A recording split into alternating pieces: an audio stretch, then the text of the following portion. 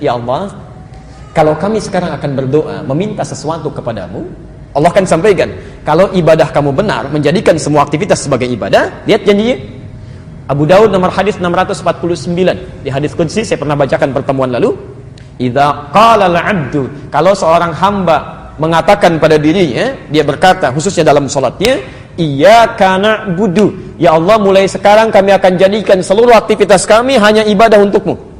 Di makannya ibadah, minumnya ibadah, kerjanya ibadah, segalanya ibadah. Kami bertekad seperti itu.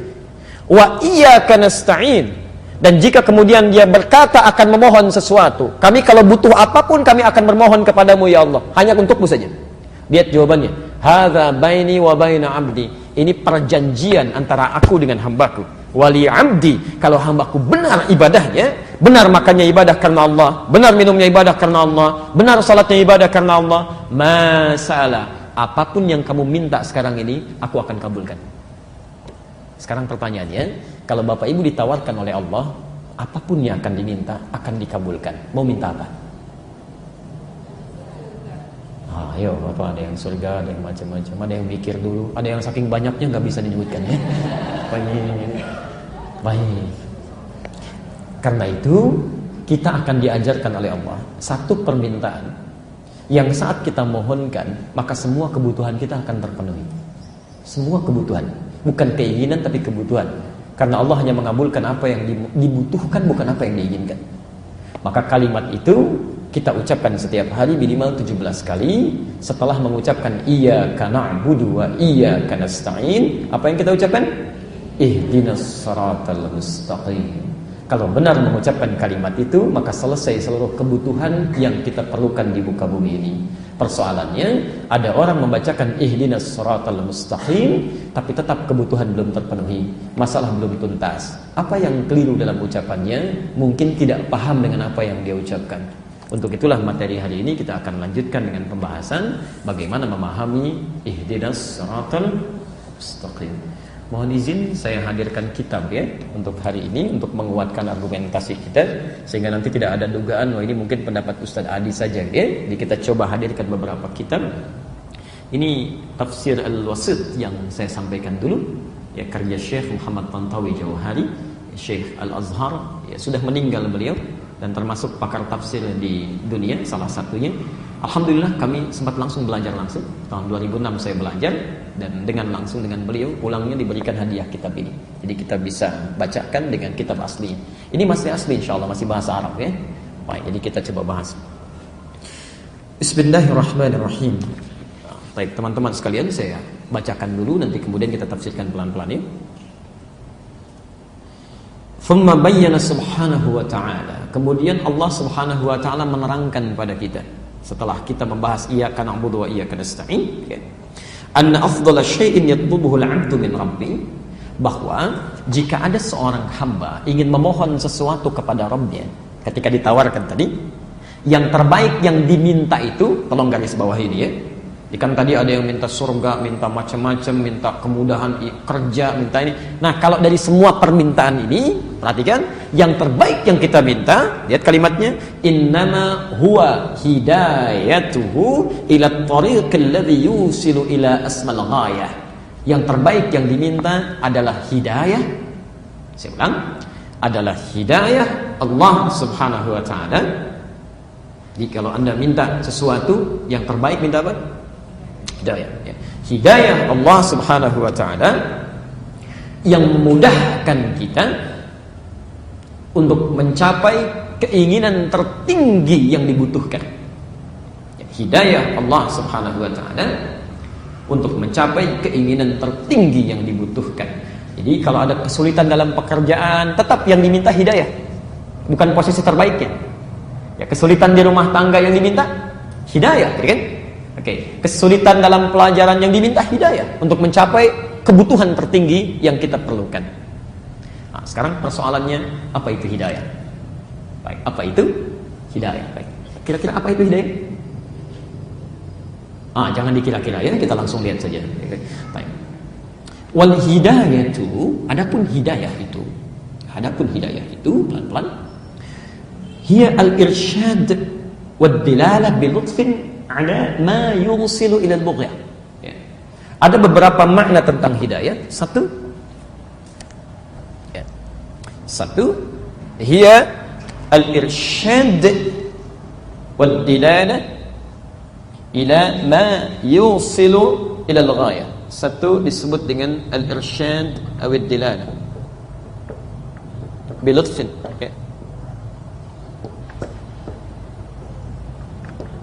pelan-pelan, petunjuk yang sangat lembut, halus, cepat, yang menyampaikan pada tujuan.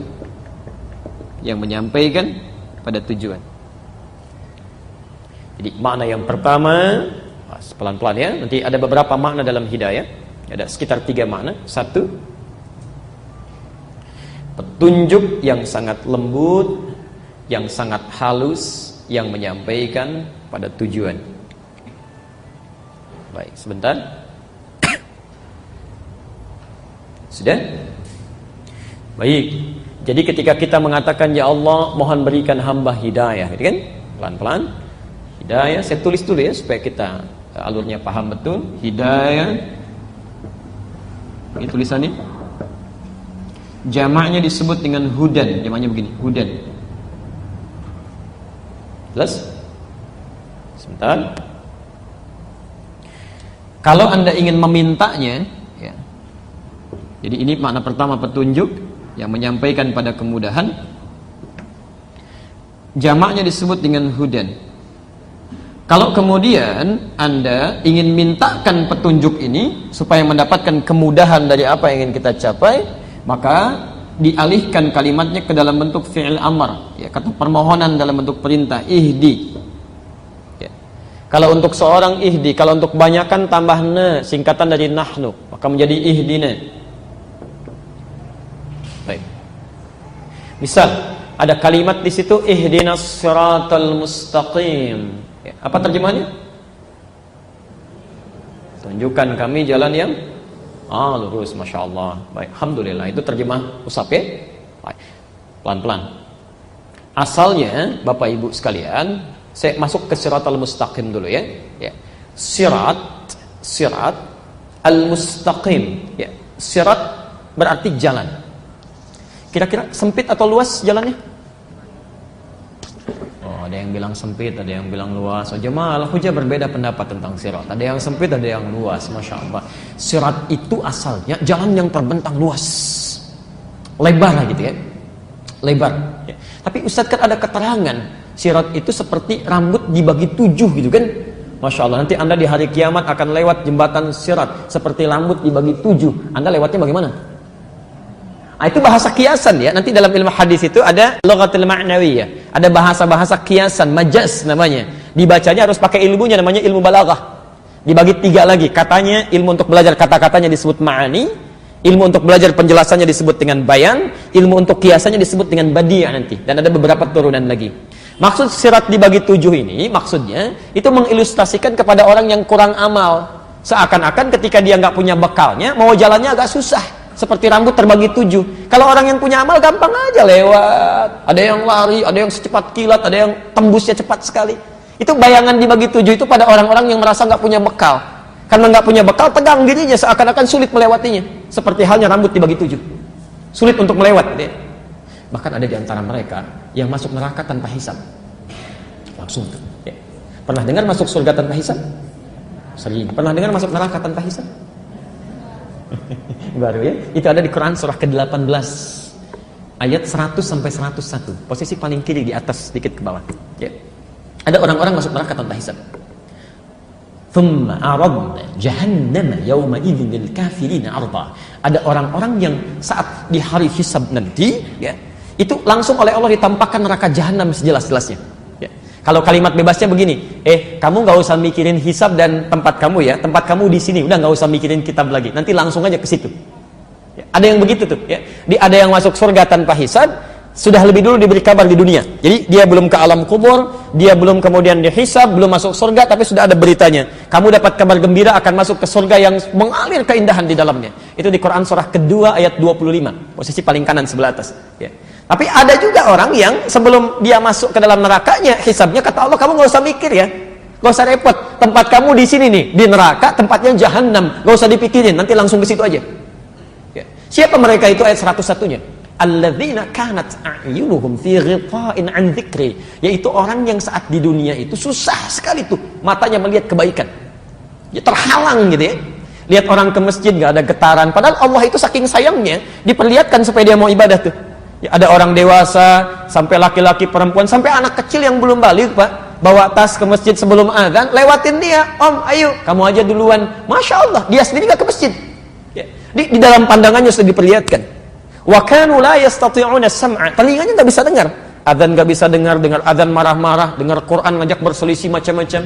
Nanti kalau tidak tobat orang seperti itu, banyak amal salahnya, tidak ada amal solehnya. Kata Allah, gak usah repot mikirin ya, langsung nih neraka jahanam tanpa hisab, masuk sana. Hati-hati ya, hati-hati teman-teman sekalian. Nah, saya kembalikan dulu, itu yang dimaksudkan, dia nggak mikirin sir, takut dia. Ini karena nggak punya bekal, ya. Awas, jangankan urusan akhirat, urusan dunia aja begitu. Ya. Ada penjahat misalnya kan, mohon maaf banyak kesalahannya. Dia lewat di kalangan orang-orang yang ramai itu malu itu, takut dia. Ya, takut terlihat sesuatu, takut terdeteksi, apalagi urusan akhirat yang segalanya menegangkan. Hati-hati, makanya seakan terbelah menjadi 7. Asalnya siratul luas, panjang. Makanya orang-orang yang banyak bekal tenang aja, meninggalnya juga tenang. Dan panggilannya menenangkan. Quran surah 89 ayat 27 sampai 30 itu. Ya ayyatuhan nafsul mutmainnah. Hei jiwa yang tenang, karena tenang. Tenang begitu pulang tenang aja, senyum gitu kan. Pulang. Kemarin saya habis sholat subuh, ya. Masya Allah ada seorang ibu, Bu, ya, dipanggil oleh Allah gitu ya, 6:30 malam ini. Tenang. Di bulan Al-Muharram, malam yang baik, itu rajin ta'lim itu, Masya Allah. Saat ibu yang lain sibuk arisan, sibuk macam-macam dan sebagainya, beliau gunakan hidupnya untuk belajar. Itu Masya Allah. Sebelum dimandikan saja, belum dimandikan Pak, jamaah sholat subuh sudah pada datang, semasjid datang, belum dimandikan. Apalagi saat dimandikannya, disolatkannya, saat macam-macamnya dimandikan orang khusus tertentu. Jadi setelah itu dikafani, bagaimana orang menyolatkan, menghantarkan dan sebagainya. Siapa dia?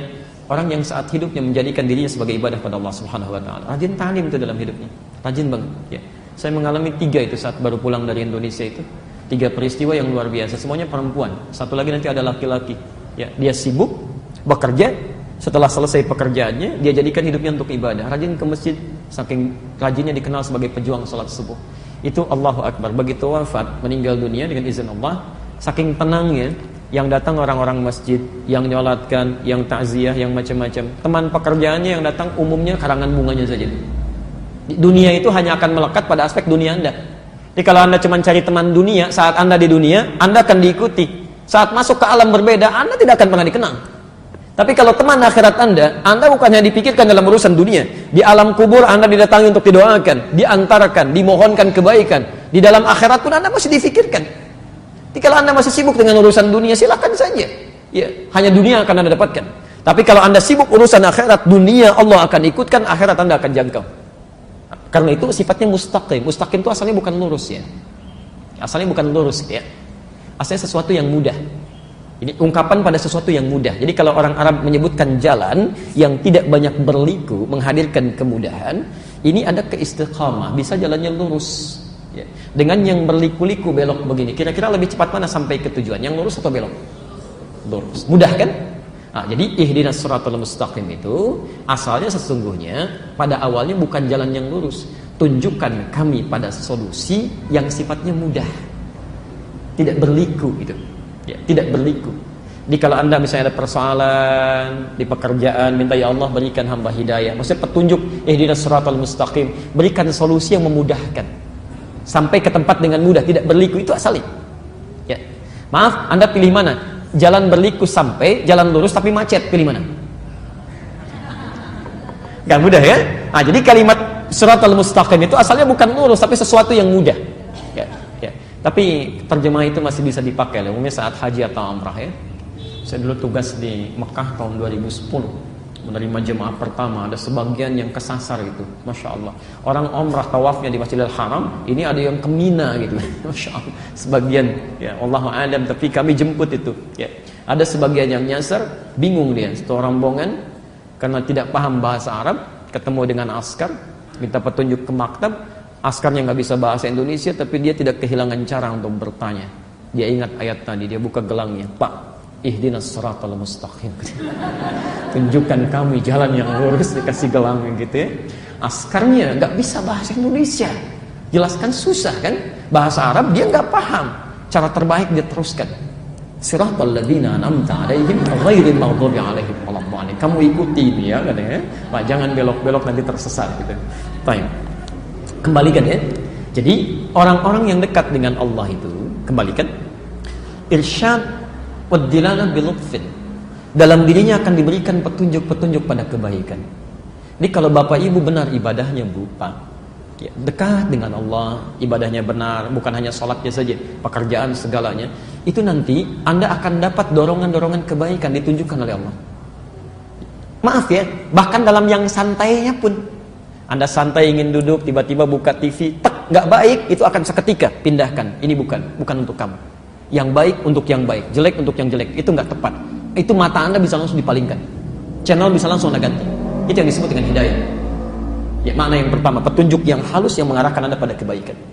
Anda mau belanja, lihat sesuatu yang diharamkan oleh Allah, nggak akan mikir lagi, sudah pindahkan, selesai. Ya. Anda mau baca sesuatu, lihat tayangan gambar yang tidak bagus, Anda akan pindahkan, nggak ada, dan nggak akan mikir.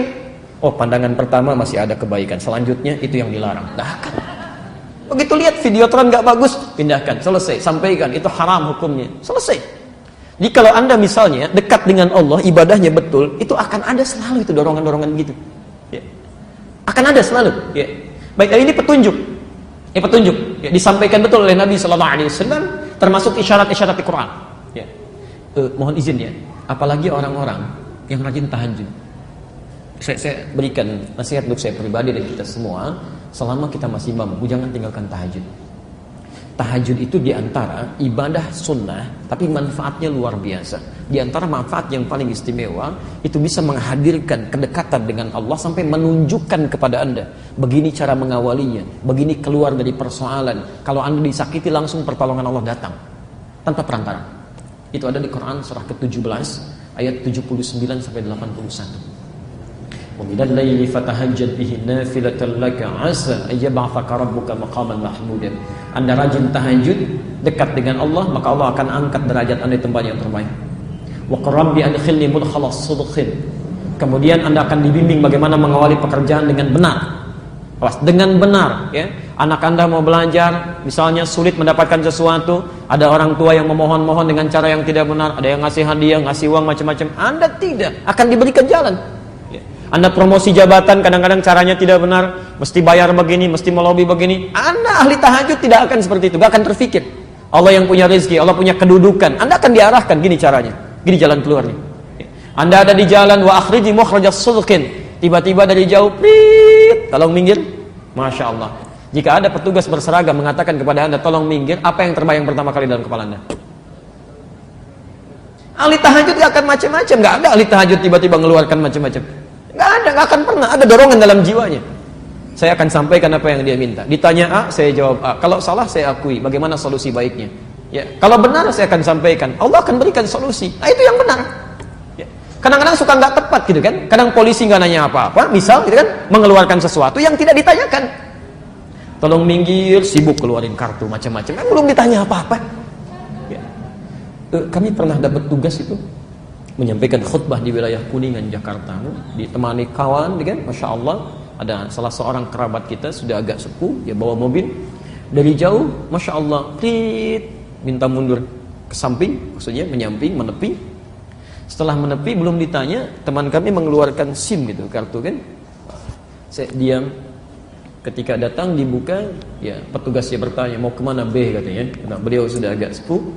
Saya pas di depan, pakai jas, siap khutbah. Saya sampaikan, mau khutbah Jumat Pak, langsung aja jalan katanya. Ketika jalan itu saya sampaikan, Pak, kalau kita mau menjawab, jawab sesuai pertanyaan. Polisi tidak bertanya kepada Bapak, coba kartunya mana, cuma menanyakan mau kemana. Pertanyaan mau kemana, jawab dengan tujuan, bukan dengan kartu. Kadang-kadang suka salah tuh ya. Selamat pagi Pak, keluarkan kartu, nggak nyambung. Ya selamat pagi ya jawab selamat pagi. Kalau Anda muslim selamat pagi, assalamualaikum Pak, selesai. Ya, ditanya kalau Anda salah, akui, minta maaf, selesai. Kalau Anda benar, sampaikan. Masih banyak orang-orang baik dalam kehidupan ini. Kami ngajar di Mabes, di Polda, itu orang-orang baik itu luar biasa, Masya Allah. Ya, yang taklim, yang segala itu, Masya Allah. Ya. Jangan diarahkan orang baik ini, diberi peluang pada yang buruk, itu keliru. Jelas ya? Taib. Nah, itulah yang pertama, al-irsyad wa dilalah bil-lutfin. Jadi kalau Anda ada anak-anak gitu kan, ingin dibimbing oleh Allah supaya dapat kebaikan, latih mereka dengan ibadah. Salatnya dekatkan dengan Allah. Di rumah tangga ingin ada petunjuk, itu tidak mudah itu. Tidak mudah, ya. Dan setan rumah tangga itu sangat berbahaya. Jadi kalau Anda tidak mendapatkan petunjuk dari Allah, tidak mudah suami menaruh kepercayaan pada istrinya. Begitu sebaliknya. Ya. Ibu kalau suaminya keluar, ada ketenangan ya dalam jiwanya. Belum tentu itu. Setan itu bekerja, Pak. Ya. Dan setan rumah tangga itu saking bahayanya, itu ditampilkan langsung di Quran. Isyaratnya di Quran surah kedua, Al-Baqarah ayat 102 itu. Posisi paling kiri dari atas sampai ke tengah itu, saking panjangnya bacaan. Ya. Yufarriquna bihi bainal mar'i wa zawji. Tugas pertamanya, dia akan coba pecah belah keharmonisan rumah tangga. Silakan cek. Bukankah sebelum menikah kadang-kadang dibuat mesra kan? Supaya maksiat itu padahal belum halal. Akadnya belum dilakukan, sudah jalan berdua, naik beca berdua, Masya Allah, beca seakan milik bersama, tukang beca nggak ada, jalan aja gitu kan? Supaya maksiat, selesai gitu ya. Tapi setelah menikah, Masya Allah, sebulan, 2 bulan, 3 bulan, 6 bulan, indah semua. Setelah itu tidak ada yang paling tidak menyenangkan kecuali pasangan hidupnya. Kalau Anda tidak mendekat kepada Allah, tidak mudah mendapatkan itu. Gak mudah. Silahkan cek deh, setelah setahun, 2 tahun, semuanya punya pengalaman yang sama. Tidak ada yang paling tidak menyenangkan kecuali pasangannya, itu setan. Yufarriquna bihi bainal mar'i wa zawji. Dia akan pecah belah keharmonisan rumah tangga itu supaya terpisah. Ya. Silahkan cek. Mah, papa ke kantor dulu ya. Ya udah hati-hati. Ya udah hati-hati. Suami orang ke kantor, Pak. Masya Allah. Sama. Ya. Perempuan juga begitu, Pak. Ke depan dulu ya, nganter. Ya udah hati-hati. Masya Allah. Ya, istri orang nganter, Bu. Misalahin. Ya. Jadi suasana sudah berbeda gitu ya. Nah itu dasim itu. Nanti kita pelajari setelah sampai ke situ ya. Baik, jelas ya? Jelas. Nah, maksud saya, kalau Anda dalam kehidupan sehari-hari belum mendapatkan bimbingan ini, berarti ibadah Anda kurang. Kurang gitu. Ya. Mohon maaf, malam-malam sudah didorong untuk tahajud tapi masih berat. Tapi kalau bola cepat bangun, berarti ada yang kurang. Ibu sama, zakat mal belum direncanakan, zakat mal udah dihitung-hitung. Itu sama, ada yang kurang. Ada yang belum maksimal, ada yang belum maksimal di sini. Belum maksimal. Seharusnya orang yang mengucapkan gini ya, kalau Anda mengucapkan sekali masih lupa itu wajar. 2 kali lupa wajar. 3 kali minta wajar. 17 kali paling minimal Anda ucapkan. Ihdinas siratal mustaqim, ihdinas siratal mustaqim 17 kali dalam sehari. Masa nggak dapat? Harusnya ada gitu kan? Ya, mustahil orang yang punya hidayah itu dapat gerakan dorongan dalam jiwanya, keluar masjid nggak akan pernah kaki kanan dilangkahkan, pasti kiri. Begitu kanan dia tarik lagi, pasti kiri itu. Ya, masuknya pasti kanan. Ya, jadi itu yang simple gitu. Duduk, bismillah, minum dilihat dulu punya saya bukan. Diminum, bismillah. Itu ada dorongan tuh. Kalau Anda sudah mendapatkan itu, pertahankan, itu kenikmatan. Kenikmatan. Dan nanti tingkatan godaannya semakin tinggi lagi. Ya. Jelas pada yang pertama? Oke, baik. Yang kedua, jadi kita sampai solusi ya, bukan cuman persoalan. Jadi di sini diartikan petunjuk yang halus pada capaian kebaikan. Maksudnya kalau Anda ingin dapat petunjuk itu tingkatkan ibadah. Ya, nanti akan ada dorongan-dorongan dalam jiwa kita. Ya. Baik. Bismillah. Wa tusnadul hidayatu ila Allah wa ila Nabi sallallahu alaihi wasallam wa ila Al-Qur'an. Baik. Petunjuk-petunjuk tadi yang bisa Anda raih itu lewat ibadah, bisa Anda dapatkan caranya yang disandingkan kepada Allah Subhanahu wa taala. Misal, Anda ingin dapatkan petunjuk dari Allah, kemudahan-kemudahan tadi ya, ada dorongan kebaikan dan sebagainya. Kata muallif kitab ini, wa tusnadu ilallahi, ya, disandarkan kepada Allah. Maksudnya apa? Kalau Anda ingin dapatkan dorongan kebaikan tadi, dekati petunjuk-petunjuk Allah. Allah minta apa saja? Ya. Misal, Allah minta kita misalnya tunaikan salat, maksimalkan salat. Ya. Dalam sehari berapa kali salat? Berapa waktu? 5 waktu. 7 berapa rakaat? 17 rakaat. Alhamdulillah, usia segini masih 5 waktu, masih 17 rakaat. Masya Allah. Ada anak usia 7 tahun, sholatnya 5 waktu, 17 rakaat. Ada orang diberikan 70 tahun, masih 17 rakaat juga. Anda butuh berapa tahun lagi untuk meningkatkan rakaatnya? Kalau yang 5 waktu itu standar. Standar. Jangankan orang dewasa, anak kecil aja udah melakukan. Ini yang ikhwan ya, teman-teman. Saya pernah saksikan tuh, di Bekasi aja ada satu masjid tuh, Masya Allah. Sebelum maghrib, Itu setengah 6, anak-anak kecil belum balik Pak, 4 tahun, 5 tahun tuh, 5 tahun sudah pada pakai tas, lari ke masjid, sholat, lari ke masjid sebelum adzan, sholat berjamaah. Yang ketiga mengaji setelah sholat, Masya Allah, tunggu sampai isya, i'tikaf. Setelah isya evaluasi belajar baru pulang. Jadi kalau Anda sampai 40 tahun, 50 tahun dipanggil adzan baru datang ke masjid, Anda kalah sama anak usia 45 tahun. Anda sholat saja, kemudian langsung pulang, Anda kalah sama anak usia 45 tahun. Anda tidak mengaji, Anda kalah sama anak usia 4-5 tahun. Anda tidak pernah itikaf, Anda kalah sama anak usia 4-5 tahun. Anda selepas isya tidak pernah evaluasi diri, Anda kalah sama anak usia 45 tahun. Dan beritanya anak 45 tahun itu belum dihisab oleh Allah Subhanahu wa Ta'ala. Jadi kalau yang belum dihisab saja sudah serius dengan amalannya, maka kita yang dihisab harus lebih serius lagi. Maksimal gitu kan. Dekati Allah lewat petunjuknya. Ayo maksimalkan. Nah, keluarkan kalimat salat di Quran kan yang bentuknya jama itu. Jama tulisannya. Kalimat salat pertama Al-Baqarah ayat 3 itu kan. Nanti kita pelajari, alladzina yu'minuna bil ghaib wa yuqimunas shalah. Kalimat as-salatnya alif, lam, shad, lam, waw, ta. Di atas waw ada alif, ta-nya tertutup. Itu bentuk tulisan berbentuk jama' tapi bisa dibaca dengan mufrad. Ya. Kalau Anda ingin buka lagi lebih luas, ta-nya terbuka. Al-Baqarah 238, posisi paling kanan sebelah atas. Hafidhu ala sholawat, bentuk jama'. Jama' itu 1 atau 2? Banyak. Jadi rumusnya begini, kalau Anda ingin mendapatkan kedekatan dari Allah, misal ambil sholat 1, sholat, keluarkan semua jenis sholat jama' dalam Al-Quran dan Sunnah. Keluarkan, ada apa saja? Ada tahajud kan, sholat sunnahnya, ada sholat duha, ada syuruk, ada rawatib. Rawatib berapa rakaat? Tahu dari mana?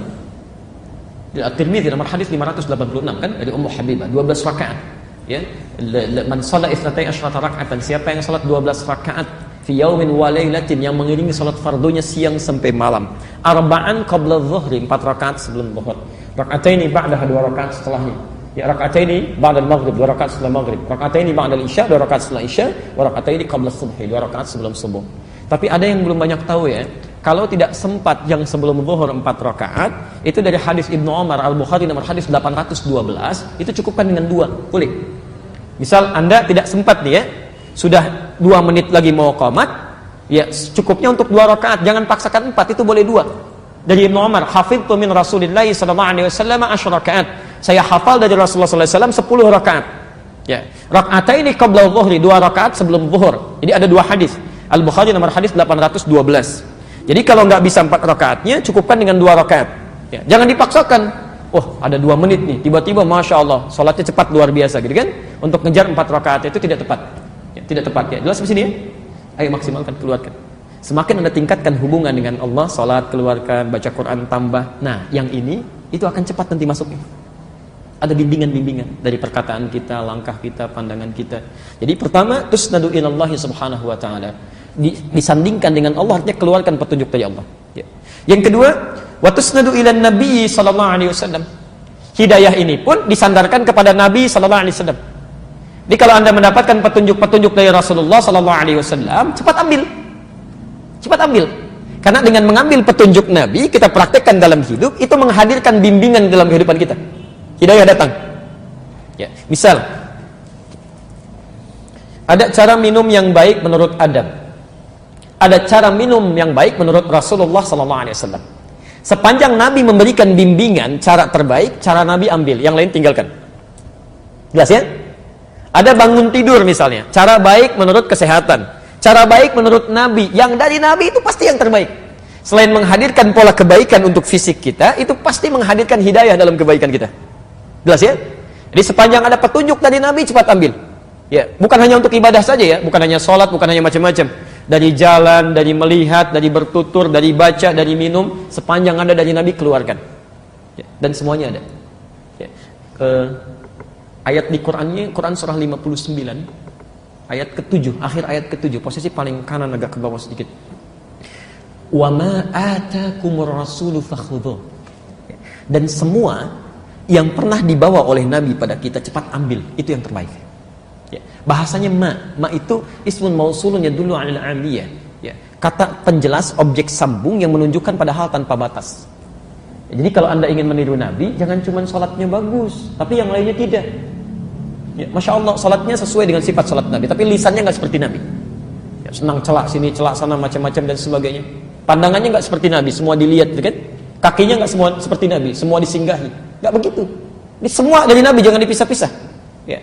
Tapi apa yang bisa diambil dari Nabi? Quran surah ke-33 ayat 21. Sabar sedikit ya. Jadi kita coba kupas sehingga bahasan kita tidak menghadirkan satu celah atau kebocoran ya.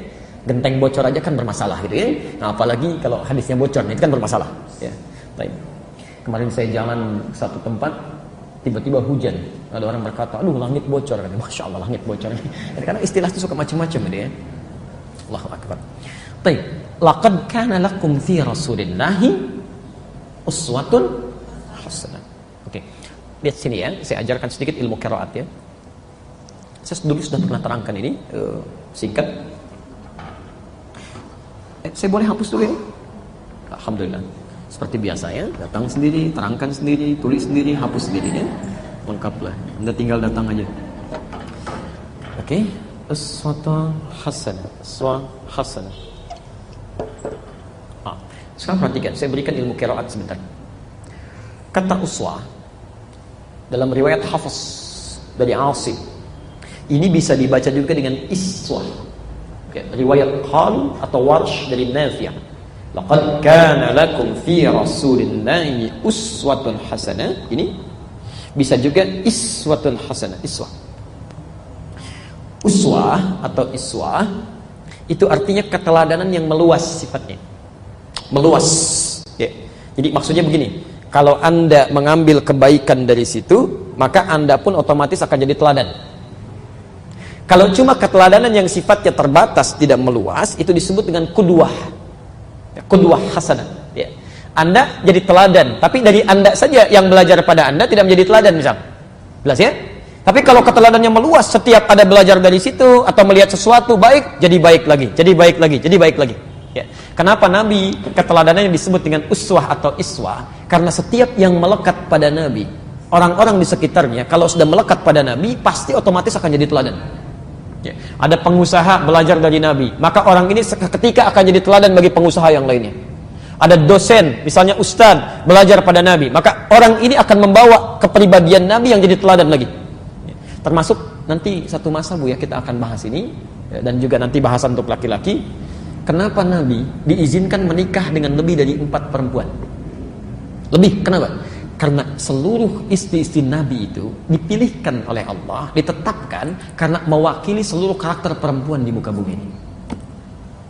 Di ibu nanti, kalau pelajari istri-istri Nabi, ibu akan temukan ya, di karakter perempuan di muka bumi ini, Pak, akan terwakili di situ. Dari mulai Sayyidah Khadijah, dari Saudah, dari Aisyah, Maimunah, Ummu Habibah, itu nanti ibu akan tahu ada ibu mirip-mirip ke situ itu karakternya. Bukan wajahnya ya, tapi mirip-mirip karakternya. Nanti dari yang paling perhitungan Pak, sampai yang paling cemburuan itu ada. Sebelum menikah dengan Nabi, tapi ketika menikah dengan Nabi, cemburunya jadi ibadah. Kalau si fulana bisa tahajud, saya pun harus bisa. Ya, hitungan tadinya uang belanja, sekarang dari satu kurma bagaimana jadi ibadah. Ya, coba ibu pelajari itu ya, ambil materinya. Kami ada materi tentang pesona istri-istri Rasulullah SAW. Ya, nanti Anda bisa dapatkan itu. Bagaimana Sayyidah Khadijah, Masya Allah Pak. Khadijah itu diantara keutamaannya. Al-Bukhari nomor hadis yang keempat. Kalau di kitab aslinya Al-Bukhari yang warna merah terbitan Darul Hadis, halaman ke-12 ya, posisi paling kanan sebelah bawah, hadis nomor yang keempat sampai ke sampingnya lagi. Itu dilukiskan bagaimana Nabi ketika belum mendapatkan wahyu turun dari Gua Hira, ya sedang ketakutan luar biasa, gelisah gitu kan. Tiba-tiba pulang ke rumah melihat Sayyidah Khadijah, itu bisa hilang kegelisahannya seketika. Hanya melihat wajahnya saja. Di kisahnya setelah Iqra itu turun ya, surat Al-Alaq itu kan turunnya malaikat Jibril tidak dalam rupa yang sesungguhnya, menyamar dalam bentuk manusia, dipeluk Nabi ya, sampai 3 kali dikatakan Iqra ma ana biqari. Itu belum melihat yang rupa malaikat Jibril yang sesungguhnya. Nah, kemudian setelah berselang beberapa waktu wahyu turun, qadar Allah ketika ke Gua Hira belum turun. Turun dari Gua Hira suasana siang, di jalan tiba-tiba ada yang manggil, "Ya Muhammad." Ya Muhammad. Nengok kanan gak ada orang, kiri gak ada orang, depan belakang kosong. Begitu melihat ke atas, ada sosok yang belum pernah dilihat sebelumnya, seperti duduk antara langit dengan bumi gitu kan. Masya Allah, ilustrasinya beginilah. Anda Pak keluar dari sini siang-siang, Dan kosong, gak ada orang. Ada yang manggil, Pak, kan? Kanan kiri gak ada orang, depan belakang kosong. Begitu lihat ke atas, Masya Allah, rambut panjang, jubahnya putih begini, Pak. Apa kesan Anda? Jangankan ibu, Nabi aja berkata begini, faro'ibtu minhu, saya takut luar biasa katanya. Ya, ini takut itu wajar, manusiawi ya. Yang salah itu larut dalam ketakutan, itu yang tidak wajar. Baik. Ro'ibtu itu perasaan khawatir sampai membuat bulu kuduk naik, maka lari beliau. Ya. Tapi yang paling indah ketika sampai di rumahnya melihat wajah Sayyidah Khadijah, Masya Allah. Sayyidah Khadijah binti Khuwailid, ketika dilihat oleh beliau, dibukakan, hilang setengah kegelisahan, tenang aja. Ya. Mendengar kalimatnya, dipegang tangannya, kata Nabi, zammiluni, tolong selimuti saya. Digandeng oleh beliau, dibawa, diselimuti, disampaikan, suamiku sayang, engkau ini orang paling baik, tidak pernah punya musuh, selalu menjalin silaturahim.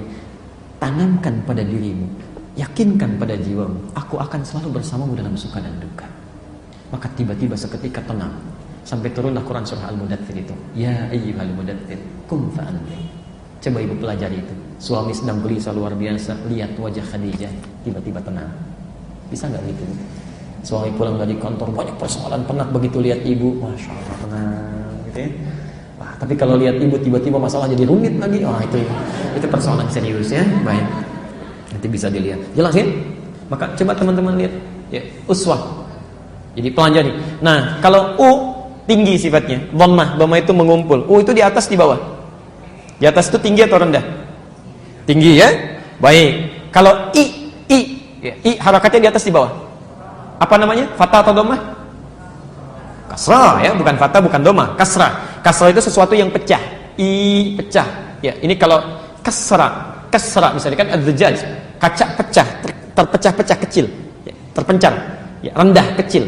Kenapa bisa dibaca dengan dua riwayat? Nanti kalau usia saya sampai menafsirkan ayat ini, kita akan bahas yang melekat pada Nabi itu. Jangankan yang tinggi-tinggi, yang kecil-kecilnya aja jadi teladan, yang rendahnya aja jadi teladan.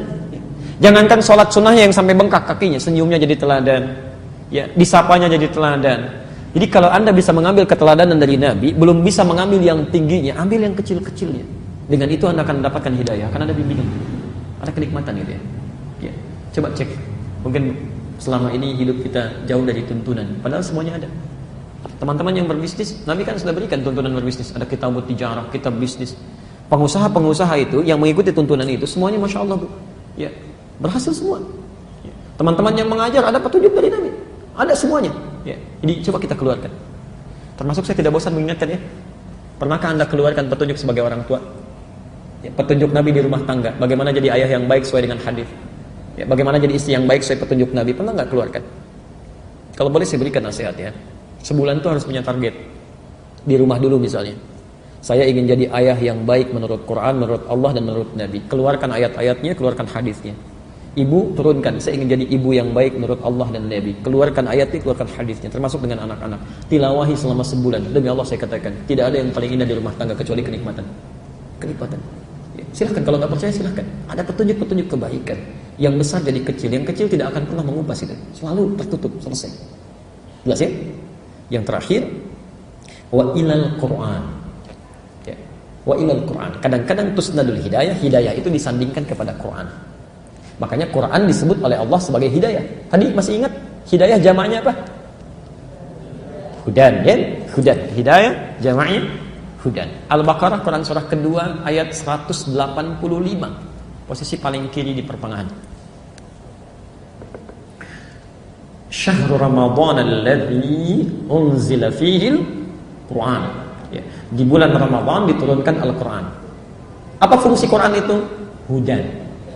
Ada itu ya, hudan linnas. Semua isi Quran itu dari Al-Fatihah sampai dengan An-Nas itu isinya petunjuk yang memudahkan kita untuk sampai pada hal yang dibutuhkan ya. Jadi kalau Bapak Ibu lekat dengan Al-Quran, itu lebih mudah mendapatkan petunjuk ya. Silahkan cek, gampang gitu ya. Nggak percaya silahkan, semua saya bahkan pernah sebutkan di sini ya. Hidup kita itu semua liku persoalannya itu solusinya sudah dituangkan langsung oleh Allah di Quran ya. Allah yang menciptakan kita lebih tahu tentang persoalan kita. Karena itu setiap solusi yang dimunculkan pasti itu akan dihadapi ya. Jadi orang cerdas itu, muslim yang cerdas, dia akan keluarkan semua hal yang ada di Quran, lalu dia kemudian petakan jalur hidupnya. Dari situ setiap mendapatkan masalah, solusinya sudah ada.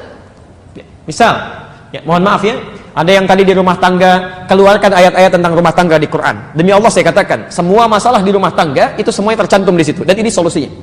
Ya. Ini akan begini nih, kalau miskomunikasi di mana ayatnya? Dari mulai An-Nisa ayat 34. Kalau tidak bisa diselesaikan dengan berdua, siapa yang dilibatkan? An-Nisa 35. Ya, kalau macam semuanya ada. Anda ketika bekerja itu diurai oleh Quran, kemungkinan masalahnya akan begini, begini, begini. Ini solusinya. Jadi kalau Anda tidak pernah mempelajari, misal, jangankan solusinya, Anda nggak pernah kenali masalahnya, Anda bisa kaget itu. Ya, ada yang putus asa, ada yang sampai macam-macam, padahal semuanya ada. Saya bacakan cepat ya, tapi jangan ditulis. Pesan saya jangan ditulis, supaya tidak ada pertanyaan ya, atau tidak ada permintaan untuk diperlambat. Tolong jangan tulis, dengarkan saja. Sejak sebelum terlahir sampai kita wafat, itu semua petunjuknya sudah ada. Anda misal dalam kandungan supaya lancar, baik, persalinannya nyaman dan sebagainya. Quran surah ke-7 ayat 189. Ketika dilahirkan, bagaimana supaya ASINYA lancar, tidak kikuk menjalani tugas sebagai ayah dan ibu yang baru, pembagiannya nyaman. Quran surah kedua ayat 233. Ketika tumbuh, disusui, diberikan ASI sampai 2 tahun itu, ASINYA sampai dengan lancar, kemudian apa yang harus dilakukan? Supaya dekat dengan Allah, taat pada orang tuanya, cepat menangkap pelajaran-pelajaran di sekitarnya. Quran surah 31 ayat 13 sampai dengan 19-nya. Ketika dia mulai sekolah formal, bagaimana cepat menangkap pelajaran, supaya dia tidak mudah lupa, cepat dipahaminya. Quran surah 9 ayat 122. Bagaimana kemudian supaya prestasinya terangkat, tidak hanya pintar tapi terangkat prestasinya. Quran surah 58 ayat ke-11-nya. Ketika dia mulai naik lagi, masuk kampus, kenal dengan kawannya, bagaimana supaya tidak terjebak dalam lingkungan yang buruk, pergaulan yang bebas, ada LGBT dan sebagainya. Quran surah 49 ayat ke-13-nya. Kemudian kalau ada orang tertarik serius datang untuk melamar, bagaimana aturannya? Quran surah ke-4 ayat ke-4-nya. Kalau jadi menikah, Quran surah 30 ayat 21-nya. Jadi suami istri baru ingin mengenal tugasnya, apa tugas yang harus dipelajari? Quran surah ke-4 ayat 34-nya untuk suami dan istrinya. Suami mulai mencari nafkah, tugas pertamanya bagaimana cara mencarinya? Ini yang standar, Quran surah 2 ayat 168. Kalau kamu cari pakai iman, rezekinya semakin mendekat. Quran surah 2 ayat 172-nya. Ada rezeki lagi yang sudah nunggu kamu sebelum kamu berangkat, dia sudah menantikan. Quran surah 7 ayat 96-nya. Kadang-kadang ibu merawat di rumah tangganya, anaknya rewel, sulit diatur, bagaimana supaya dia hormat pada orang tua sampai tidak mengatakan Quran surah 17 ayat ke-23-nya. Kadang-kadang dalam persoalan demikian Anda kadang capek, lelah dalam suasana demikian, bagaimana mengatasinya? Quran surah 26 ayat ke-80-nya. Atau Anda terkena dengan penyakit, wah yang sudah dokter mengatakan ini nggak mungkin nih solusinya, mereka get up, tangannya hand up, apa yang dilakukan? Quran surah 21 ayat 83 sampai 84-nya. Anda di kantor kadang-kadang ada yang usil Pak, ingin menyudutkan Anda, menyingkirkan Anda, menyungkurkan Anda. Sehebat apa mereka berkuasa, tidak ada yang bisa menahan kuasa Allah. Quran surah 17 ayat 79 sampai 81. Sampai Anda mendapatkan teror luar biasa, membuat dada Anda sesak, kemudian mata Anda menjadi gelap, ingin keluar dari situ, ada solusinya. Quran surah ke-21 ayat 87 sampai dengan 88-nya. Anda berumah tangga belum ada keturunannya, sudah mohon sana sini sudah nggak bisa juga, ada solusinya. Quran surah 3 ayat 38 sampai 39-nya. Quran surah 19 ayat 3 sampai dengan ayat 10-nya. Sampai Anda muncul lagi, usia 40 tahun orang tuanya masih ada, alhamdulillah. Kemudian ingin berbakti kepada keduanya, bagaimana cara membalasnya? Nggak mungkin, tapi Anda bisa lakukan. Quran surah ke-46 ayat 15-nya. Sampai semakin nyaman Anda terpikir, ya Allah, apakah saya akan hidup selamanya? Tidak, kamu pasti akan didatangi oleh maut. Quran surah ketiga ayat 185-nya. Ya Allah, bagaimana cara datang maut kepada saya? Persiapkan saja amal saleh. Dengan itu kamu akan dipanggil dalam keadaan yang tenang. Quran surah ke-89 ayat 27 sampai 30-nya. Tapi kalau kamu ingin sedikit menegangkan, silahkan lakukan amal salah. Maka kamu akan dipanggil oleh malaikat maut dengan Quran surah ke-8 ayat 50-nya. Sedikit menegangkan sampai dipukulin malaikat, kan? Ya Allah, bagaimana suasana alam kubur? Saya di malam pertama dunia sering belajar. Malam pertama alam kubur bagaimana? Oh boleh, kalau ingin nikmat. Quran surah ketiga ayat 169 sampai 171-nya. Bagaimana hisabnya ya Allah? Jangan dipikirkan. Ada orang ahli surga tanpa hisab. Quran surah kedua ayat 25. Ada yang melihat Allah. Quran surah 75 ayat 22 sampai 23. Ada orang masuk neraka tanpa hisab. Quran surah ke-18 ayat 100 sampai dengan 101. Ya Allah, bagaimana suasananya nanti di akhirat nanti? Kamu jangan pikirkan, kamu akan nyaman, tenang. Ada banyak surga yang bisa kamu dapatkan. Ada surga yang Masya Allah dengan Nabi SAW. Kalau kamu cinta dengan Allah, ikuti sunnahnya. Quran surah 3 ayat 31. Ada yang surganya itu taman surga, semua diberikan oleh Allah tanpa perantara. Quran surah 51 ayat 15 sampai dengan 23-nya. Ada surga yang seluas langit dan bumi. Quran surah 3 ayat 133-nya. Ada surga biasa yang mungkin tidak sebanding kenikmatannya dengan yang lainnya, seperti Quran surah 2 ayat 25 itu. Semuanya ada. Ada semua. Cuma persoalannya kita tidak pernah hadirkan. Jadi kalau Anda hadirkan dalam kehidupan, ada semua Pak. Tentang masjid juga diatur. Apa yang harus dilakukan di masjid, kalau ta'lim bagaimana, kalau salat bagaimana, ada semuanya. Kalimat masjid pertama Quran surah kedua ayat 114. Apa yang dikerjakan Quran surah ke-9 ayat 18. Ada semuanya. Kita nggak lakukan gitu kan. Ya, kalau saya ingin mencari Allah bagaimana? Quran surah kedua ayat 186. Ya, kalau ingin saya berdoa di tempat yang mana? Kalau di rumah bikin mihrab, Quran surah ke-3 ayat ke-37. Kalau Anda bisa bikin lebih luas, bikin musalla, Quran surah kedua ayat 124. Ada semuanya gitu kan. Kenapa nggak Anda hadirkan? Itu masalahnya gitu kan. Nah, jadi teman-teman sekalian, kalau kita bisa datangkan dari Quran ini, kita petakan, ambil terapkan, itu indah kehidupan. Ya, indah, dan itu akan diberikan gitu. Makanya nanti setelah baca Al-Fatihah, kita kan baca surat kan? Surat kan? Ya, coba silakan cek. Semua sholat di 2 rakaat pertama pasti baca surat dari Quran kan? Nah, nanti kalau saat kita masuk surat, seharusnya yang kita bacakan itu yang kita butuhkan. Minta. Ya, kadang-kadang setelah diberikan kan kita ingin merinci kan? Baik, rincinya lewat surat yang kita baca itu. Misal tadi ya, Anda ada kesulitan di kantor macam-macam, begitu sholat minta. Makanya bahasa sholatnya kan wasta'inu, Al-Baqarah 45. Wasta'inu bis-sabri was-shalah. Kalau Anda punya persoalan dalam hidup, terima dengan sabar. Nanti saat sholat minta kepada Allah solusinya. Permintaan Anda, iyyaka na'budu wa iyyaka nasta'in. Ketika minta wa iyyaka nasta'in, kata Allah mau minta apa? Kalau Anda ingin rinci, baca ayat yang sesuai dengan kebutuhan Anda. Nah, ini kadang-kadang yang dibaca itu lagi. An-Nas lagi, An-Nas. Qul a'udzu birabbin nas dari subuh sampai isya. Dan dikabulkan. Apa entah mimpinya ketemu jin terus gitu kan? Karena itu yang dimohonkan. Ya. Kadang sekarang itu saya bingung saya. Jangankan dalam mimpi ini, orang hidup aja masih pada nyari jin kan? Dunianya beda gitu. Ya. Ini jin banyak kena fitnah nih hari-hari ini ya, hati-hati dia minta tanggung jawaban nanti itu. Ya. Ada jin yang kekurangan oksigen ya kan? Masya Allah. Kemarin ada orang diminta oleh polisi coba isi mobil ini dengan emas. Gak bisa Pak, jinnya pergi. Kenapa? Kena gas air mata kan ya kan? Masya Allah. Ada yang hindarkanlah yang tidak penting itu ya. Tolong jauhi ya. Jelas di sini? Nah, jadi Bapak dan Ibu sekalian, kalau kita ingin mendapatkan petunjuk ini yang memudahkan kita sampai pada harapan dan kebutuhan kita, maka dekati Allah, dekati Rasulullah SAW, dan dekati Al-Quran. Ya, dekati Al-Quran. Termasuk, maaf ya, membaca itu wasilah gitu. Esensinya pemahaman kita. Jadi jangan sampai Anda rajin baca tapi nggak ngerti isinya, itu parah juga.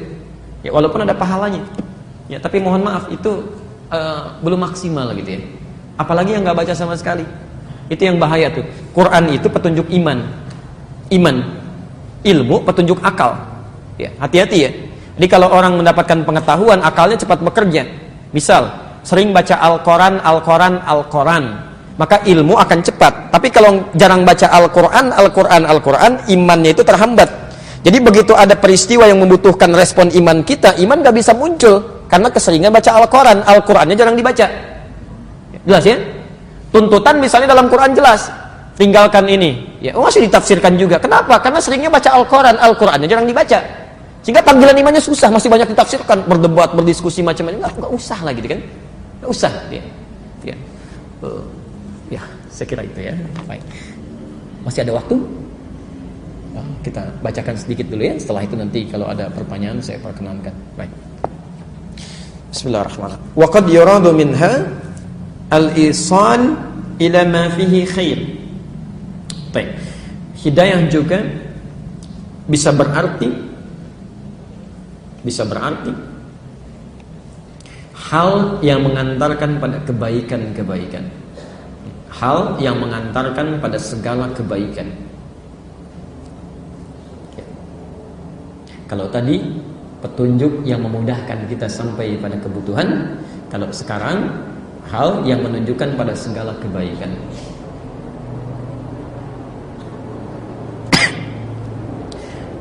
Baik, teman-teman sekalian, masih ingat tadi hidayah disandarkan pada siapa saja?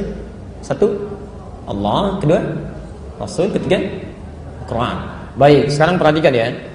Makna kedua ini, kalau disebutkan hal yang menunjukkan kepada kebaikan, diartikan dengan hidayah, maka kebaikan yang dimaksud itu baik menurut Allah, baik menurut Rasul, baik menurut Al-Quran. Jelas ya? Ingat, ini penting pemahaman kita, karena yang baik menurut kita belum tentu baik menurut Allah. Jelas ya? Awas, hati-hati nih, ini sedang diuji nih sekarang ya.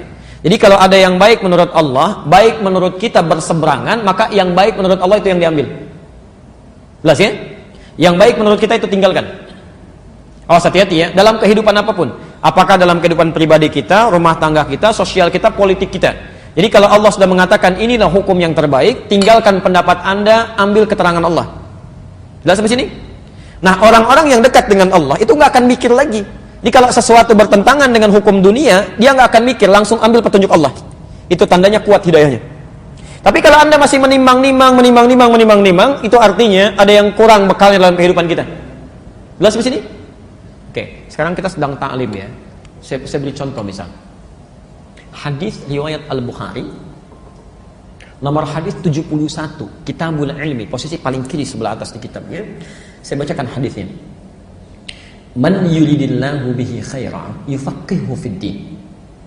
Siapapun yang diinginkan oleh Allah untuk menjadi orang baik, memiliki sifat-sifat kebaikan, maka yang pertama diberikan oleh Allah yufaqihu fiddin. Dia akan dibimbing, diringankan langkahnya untuk mempelajari agamanya, untuk memahami, bahasanya fikih. Fikih itu paham ya. Mohon izin. Jadi kalau orang diinginkan oleh Allah menjadi baik, ternyata yang diberikan pertama kali bukan dunia.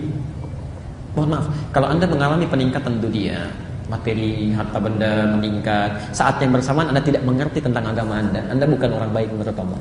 Belum. Anda meningkat kedudukan, promosi jabatan, tapi belum paham tentang tuntunan, belum yang tahu mana yang benar diikuti, yang salah yang harus tinggalkan, Anda belum jadi orang baik. Nah, saat Allah menginginkan seseorang menjadi baik, yang pertama diberikan bukan dunia, dibimbing ia untuk memahami ajaran agamanya. Berbahagialah saat kita berada di sini, yang belum tentu didapatkan oleh semua orang, gitu kan? Anda diringankan langkahnya, ditempatkan di sini, langsung diundang ke rumah Allah, bukan di tempat biasa. Itu tandanya Allah sudah menginginkan kita berubah jadi orang baik. Ya, maka nikmati itu, dapatkan. Tapi yang paling menarik begini, taklim yang dimaksud tidak semua taklim itu baik. Dalam bahasa hadisnya yufaqihu, yang bisa memahamkan Anda tentang agama. Jadi tidak semua taklim bisa jadi baik. Kalau Anda misalnya menghadiri majelis taklim, datang belajar, tapi membuat Anda tidak dekat dengan Allah, materinya tidak memahamkan Anda tentang agama, itu pun bukan taklim yang baik. Jelas ya? Ya. Anda belajar misalnya kan, tiba-tiba maaf, ada ketawa yang tidak jelas, isi yang kejauh kemana tidak berkaitan, gitu kan? Hal-hal yang tidak mendekatkan diri Anda dengan Allah, itu bukan taklim yang baik. Jadi ukuran kebaikan yang mendapatkan hidayah itu adalah orang-orang yang menyertakan kebaikan itu sesuai dengan ketentuan Allah. Jadi tidak semua orang ikut taklim aja jadi baik menurut Allah, belum tentu. Ya kecuali kalau taklim yang diikuti mendekatkan diri dia dengan Allah. Jelas ya? Baik, karena itu coba cek. Kalau Anda dalam keseharian masih lekat dengan panggilan dunia, petunjuk Allah belum diambil, ada yang kurang dalam ibadahnya. Teman-teman dalam Jumatan, ya. Saat Anda sibuk dengan pekerjaan, ada proyek miliaran, ada panggilan Jumat, mana yang didahulukan? Kalau Anda simpan dulu cepat, respon itu seruan Jumat, iman Anda bagus. Petunjuk pada kebaikan menurut Allah. Tapi kalau Anda abai-abaikan sholat, yang fardu kadang disimpan, dunia dikejar-kejar, Allahu Akbar, itu berarti belum ada hidayah ilal khair. Belum kuat itu. Ya. Ibu sedang belanja di mall, tiba-tiba azan, Allahu Akbar, sholat dulu atau teruskan transaksi? Alhamdulillah. Begitu mau sholat dulu, tiba-tiba berbunyi lagi panggilannya. Diskonnya naik 90%, 90%. Apa yang dilakukan? Nah, itu ujiannya di situ ya. Baik. Jelas di sini? Baik. Saya baru bacakan 2 kalimat. Ya, kita simpan dulu ya sampai sini karena sekarang asarnya alhamdulillah agak lebih cepat ya. Tinggal 6 menit lagi ya. Saya bacakan ini dulu ya. Kita baru ambil 2 makna kan? Ya, baru 2 makna hidayah, satu petunjuk yang mendekatkan kita pada kebutuhan yang diridhoi oleh Allah. Yang kedua adalah hal-hal yang mengantarkan pada kebaikan menurut ukuran Allah, Rasul, dan Al-Quran. Nanti ada makna yang lainnya kita akan pelajari pada kesempatan yang akan datang ya. Baik.